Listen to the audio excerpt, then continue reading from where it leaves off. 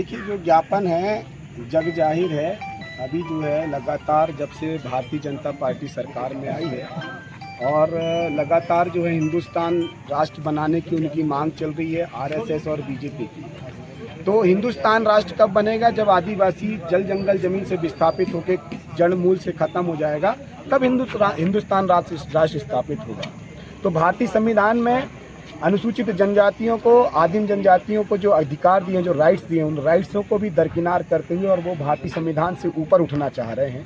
इसीलिए जो है पुलिस का बल दिखाकर और प्रशासन की शक्ति दिखाकर जो है आदिवासियों के क्षेत्र में विभिन्न परियोजनाओं लाकर जो है उन्हें विस्थापित किया जा रहा है। जैसे बसनिया बांध हो गई, शोभापुर बांध हो गया।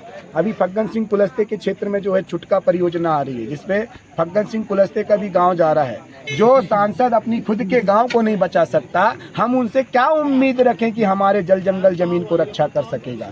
इसीलिए जो है आज से ही और आने वाले वर्षों से हमारी जो भारतीय संविधान की 13(3) का रूढ़ी प्रथा को जो विधि का बल था और जिसके तहत जो है 244 के तहत स्वशासन था, और स्वशासन को जो है भारतीय जनता पार्टी के संज्ञान में नहीं है ये बात, लेकिन मैं आपको बता देता हूँ कि आर्टिकल नंबर 275 भाग 12 वित्त में दिया हुआ है, केंद्र सरकार और राज्य सरकार जो है अनुसूचित जनजाति क्षेत्र में आर्थिक अनुदान करेगी। तो उस अनुदान की राशि को भी ये जो है इन आज़ादी के 75 सालों में घोटाला किए हैं, जो अब ग्राम सभा, सशक्त ग्राम सभा बनके और रूढ़िगत ग्राम सभा बनाकर, पारंपरिक सांस्कृतिक रूढ़िगत ग्राम सभा बनाकर, और पुरानी जो व्यवस्था थी, जब भारतीय संविधान 26 जनवरी 1950 को लागू नहीं हुआ था, इससे पूर्व जो गांव सशक्तिकरण से चल रहा था, जैसे गांव की खेरोदाई, गांव की मेड़ोदाई, गांव की पनघट पनिहारन दाई, आप देख रहे होंगे क्योंकि आप मीडिया वाले, आपको बहुत सारी जानकारी होगी,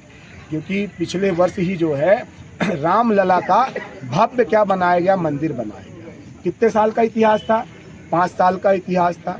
तो 5 साल के इतिहास को बचाने के लिए उन्होंने 82,000 करोड़ रुपए की परियोजनाएं वहां पे लाकर और उस क्षेत्र के जितने भी अयोध्या वासी थे उनको विस्थापित किया, और रामलला के मंदिर को भव्य रूप देने के लिए उन्होंने जो है, जो प्रकृति का, इंसान का बनाया हुआ, माँ बाप का जन्मा हुआ व्यक्ति था, उनको भी दरकिनार कर दिया, और लोकसभा सीट भी जो है वो वहाँ से हार गए। कहाँ से? अयोध्या से।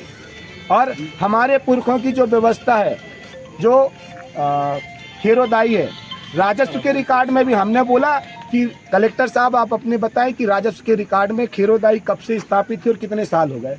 हमने एसडीएम साहब से भी बोला, हमने भी मंच के माध्यम से बोला कि एसडीएम साहब आप बताएं अपने रिकॉर्ड में कि जो खेरोदाई है, नार व्यवस्था जो आदिवासियों की है, जो आदिवासियों की रूढ़ी प्रथा को दर्शाती है, जो आदिवासियों की परंपरागत व्यवस्था को दर्शाती है, वो कितने साल से है। जब उसका इतिहास जो है राजस्व के रिकॉर्ड में नहीं मिलता है, तो हम आदिम जनजाति के लोग अपनी रूढ़ी प्रथा को, रूढ़ी व्यवस्था को कैसे छोड़ के जा सकते हैं। और इसी रूढ़ी व्यवस्था को देखते हुए जो भूमि अधिग्रहण अधिनियम 2013 को जो लागू हुआ था, उसकी धारा 4 और धारा 41 ये बोलती है कि SIA का सर्वे होना चाहिए किसी भी परियोजना को आदिवासी क्षेत्र में बनने से पहले।